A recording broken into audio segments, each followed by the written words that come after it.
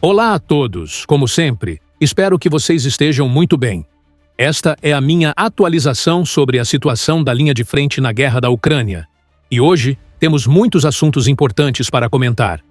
Vamos falar sobre ataques em diferentes áreas. Vamos abordar diversos pontos da frente de combate. Vamos falar sobre os combates em Kharkiv, em Sumy e também em Donetsk. Há muito o que analisar hoje. Mas antes de começar, quero lembrar que a melhor maneira de apoiar este canal é através da inscrição.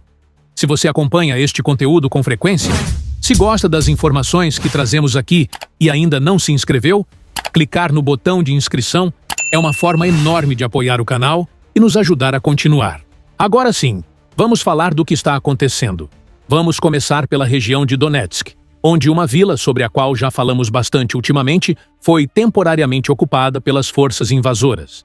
Depois, vamos para o norte, para a região de Kharkiv, onde também houve movimentação e ocupação temporária de uma pequena área rural.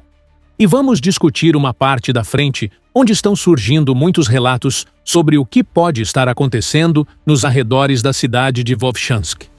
Em seguida, falaremos rapidamente sobre o recente ataque com drones ucranianos contra a cidade de Moscou, em retaliação aos constantes bombardeios russos. E vamos encerrar com a região de Sumy, onde também há avanços relevantes por parte da Ucrânia, apesar das tentativas russas de avançar. Vamos direto para a linha de contato. Primeiro, vamos ao sul da região de Donetsk. Lá, infelizmente, as tropas russas conseguiram avançar nas proximidades de Selene-Polié e de Novopil. Nos últimos dias, o exército russo tentou cercar ambas as localidades.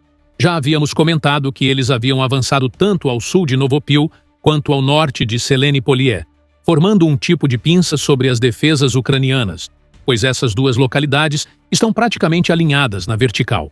O que ocorreu recentemente foi a publicação de imagens de tropas russas dentro de Selene-Polié. Essas imagens foram geolocalizadas e sugerem, infelizmente, que os invasores conseguiram ocupar temporariamente a vila, após pressionarem os flancos das defesas ucranianas. É possível que as forças ucranianas tenham recuado estrategicamente para evitar baixas maiores e para se posicionar melhor para contra-ataques futuros. A partir disso, a intenção do Kremlin agora parece ser capturar também a localidade de Novopil, que está em uma situação similar ou até mais vulnerável, já que perdeu apoio defensivo vindo do sul. Apesar disso, as forças armadas da Ucrânia continuam firmes na resistência. É importante lembrar que essas movimentações russas, embora momentaneamente eficazes, custam caro em termos de recursos humanos e materiais, o que limita a capacidade de sustentar essas ofensivas. Seguimos para a região de Kharkiv, onde também houve movimentação nos últimos dias. Os invasores cruzaram novamente a fronteira com a Ucrânia e conseguiram ocupar, de forma bastante limitada, a área rural de Stroivka. Primeiro, capturaram um pequeno bosque nas proximidades da vila e, em seguida, ocuparam algumas casas da área principal, que é bastante pequena. De acordo com relatos, são cerca de 4 ou 5 residências apenas. O objetivo aqui não é exatamente controlar a vila em si, mas usar a área florestal como base para futuras tentativas de avanço. Além disso, mais ao sul e ligeiramente ao sudeste, os russos também conseguiram ocupar posições próximas à fronteira, ao nordeste da localidade de Topoli. O que estamos observando, portanto, são incursões limitadas, porém simultâneas, em 2 pontos diferentes da fronteira na região de Kharkiv. Isso levanta preocupações, pois já há rumores persistentes de que o exército russo possa lançar ofensivas maiores em diversas regiões do território ucraniano. Embora essas ocupações não indiquem por si só uma operação em larga escala, elas são sinais que devem ser monitorados com atenção, pois fazem parte da estratégia do Kremlin de pressionar diversos setores do fronte ao mesmo tempo, para tentar confundir e desgastar as forças ucranianas. Agora vamos para outro ponto importante da frente de Kharkiv, a cidade de Vovchansk. Para contextualizar, há pouco mais de um ano, em maio de 2024, o exército russo lançou uma ofensiva surpresa nessa região. O objetivo declarado na época, segundo autoridades do Kremlin, era criar uma zona de segurança na fronteira, um colchão defensivo para proteger o território russo de bombardeios ucranianos. Na prática, porém, essa operação foi apenas parcialmente bem-sucedida.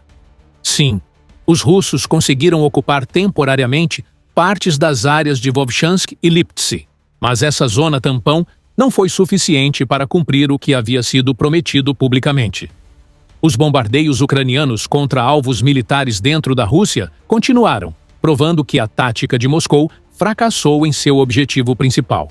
Toda essa operação acabou sendo longa e desgastante para os russos, e não trouxe os benefícios esperados. Agora, o que torna esse contexto ainda mais relevante é que, nesta última semana, Vladimir Putin voltou a afirmar publicamente que quer criar esse tal colchão fronteiriço. Isso reforça a suspeita de que novas ofensivas podem ocorrer na região, mas também mostra o desespero do Kremlin diante dos avanços estratégicos da Ucrânia.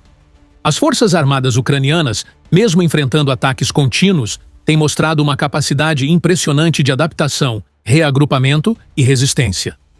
O apoio internacional, o treinamento especializado e a moral elevada dos soldados ucranianos seguem sendo fatores decisivos nesta guerra. Nos próximos trechos do vídeo, vamos continuar detalhando esses pontos e analisando com mais profundidade a situação na região de Sumy e os efeitos do ataque de drones a Moscou. Os russos continuam tentando lançar ofensivas nas regiões de Kharkiv e Sumy. Mas o que exatamente aconteceu nas últimas horas?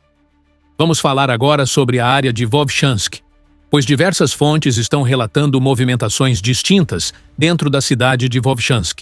Se você se lembra do que já comentamos sobre toda essa batalha, a cidade de Vovchansk estava dividida em duas partes, separadas pelo rio Vovcha. No norte, estavam posicionadas as forças invasoras russas e, ao sul, as posições defensivas do exército ucraniano. No entanto, a Ucrânia conseguiu se infiltrar novamente na parte norte de Vovchansk e capturou diversas posições dentro dessa região da cidade. E agora, o que está acontecendo por lá? Novos combates foram relatados na área de Vovchansk. Algumas fontes afirmam que a linha de frente não sofreu alterações. Outras relatam avanços russos. E há ainda quem diga que todo o setor norte da cidade caiu sob controle russo. Mas o que se pode afirmar com clareza? Neste momento, os relatos são contraditórios.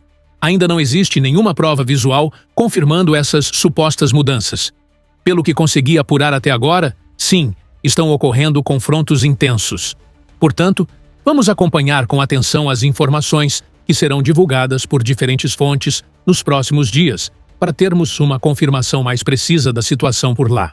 Agora, falando sobre Moscou, nas últimas 48 horas, a Ucrânia lançou uma ofensiva aérea impressionante com uma grande quantidade de drones contra a região da capital russa.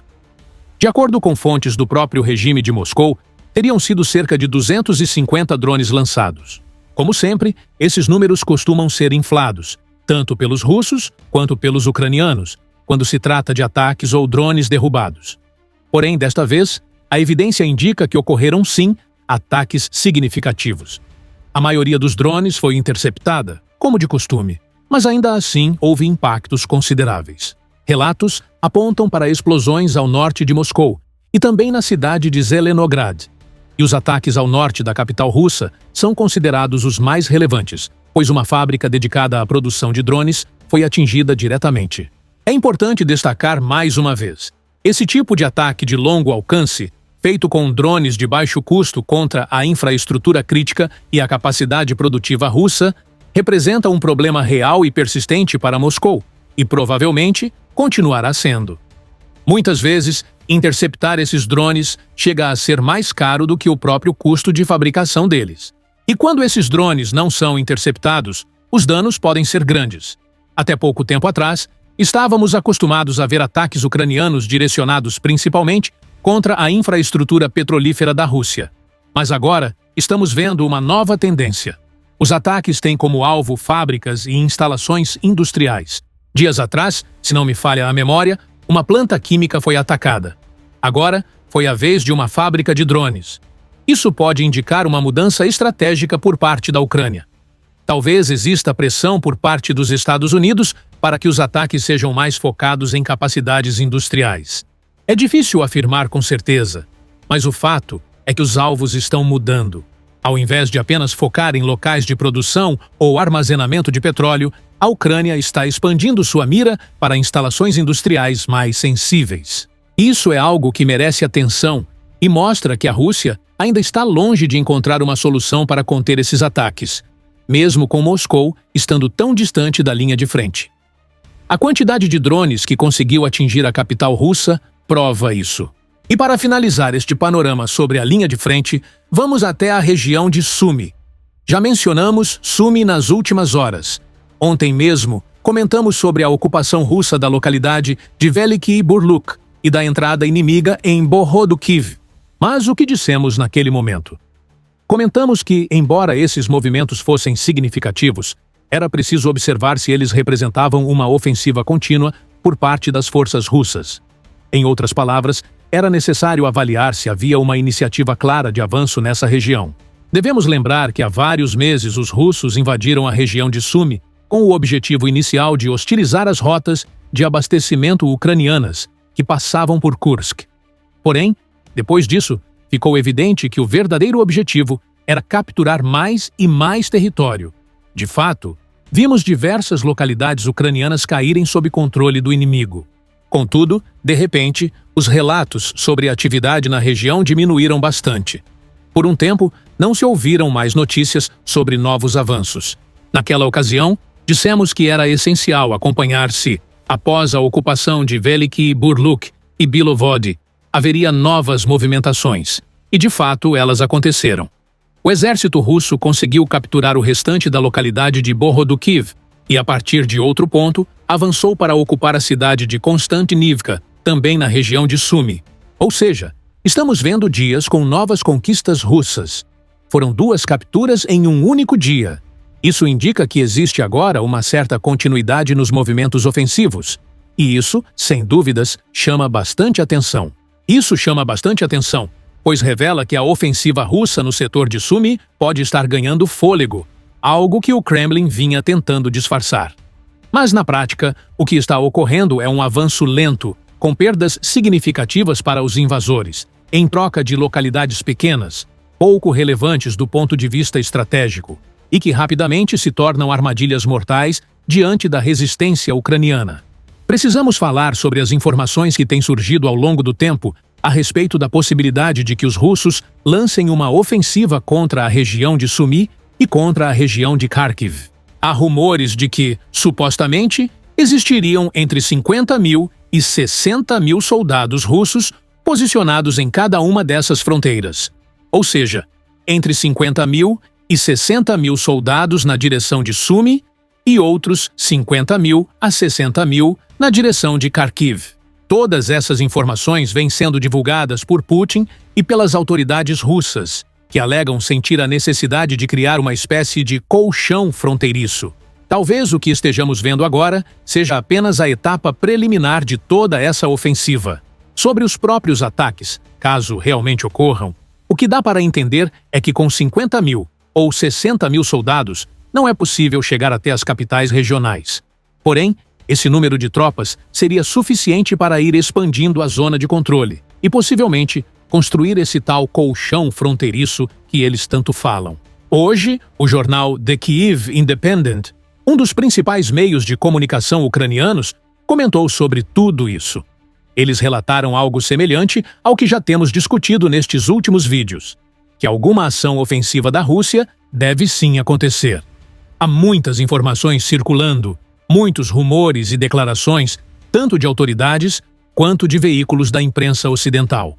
A grande questão que sempre surge nesses debates, e que já mencionamos várias vezes por aqui, é a escala dessas operações, ou seja, o tamanho dos ataques, a intensidade em cada área e por aí vai. O que o Kyiv Independent relatou é que sim, existe essa possibilidade de ataques contra Kharkiv e Sumy. Mas o eixo principal dos esforços russos parece estar se concentrando em 2 pontos que temos comentado com frequência ultimamente: as cidades de Pokrovsk e Kostiantynivka. Sobre Pokrovsk, já falamos bastante. Os russos estão relativamente próximos da cidade em vários pontos ao oeste. A cidade fica a apenas alguns poucos quilômetros de distância, especialmente em direção ao leste. Isso indica que, com uma nova ofensiva, Pokrovsk pode sim enfrentar sérios problemas, considerando as posições que os russos já ocupam ao redor. Já em Kostiantynivka, a situação é muito parecida. Os russos estão atacando a cidade a partir de 3 direções, desde Chassiv Yar, desde Toretsk e também pelo sul. Os eixos de Chassiv Yar e Toretsk estão mais paralisados, por assim dizer, enquanto o eixo sul é onde os combates estão mais intensos e os avanços russos vêm sendo mais profundos nos últimos tempos. Portanto, segundo essa fonte ucraniana, essas duas cidades, Pokrovsk e Kostiantynivka, seriam os principais alvos das novas ofensivas russas. E ao que tudo indica, isso faz bastante sentido. São alvos próximos um do outro, são objetivos palpáveis, e os russos não precisariam fazer algo completamente novo, apenas intensificar o que já estão tentando fazer. Eles já estão gerando avanços em áreas como o sul de Kostiantynivka, e esses avanços são relativamente significativos. Então, se os russos tiverem os recursos necessários para isso, aumentar a intensidade dos ataques poderia ser muito conveniente para os objetivos militares deles, ou ao menos para os planos que têm em mente para o médio e longo prazo. Quanto às regiões de Sumy e Kharkiv, como já mencionamos antes, a situação é mais complicada. Não há tropas suficientes para algo de grande escala. Seriam necessários vários pontos de travessia, além de ser preciso estabelecer esse colchão, que seria extenso, mas não muito profundo. E manter essas posições seria uma tarefa extremamente complexa. Tudo isso já foi discutido anteriormente, mas se os relatórios mais recentes estiverem corretos, provavelmente nas próximas semanas veremos o desenrolar de tudo isso. Sempre é interessante observar esse período anterior às ofensivas, porque surgem muitos rumores, muitas especulações.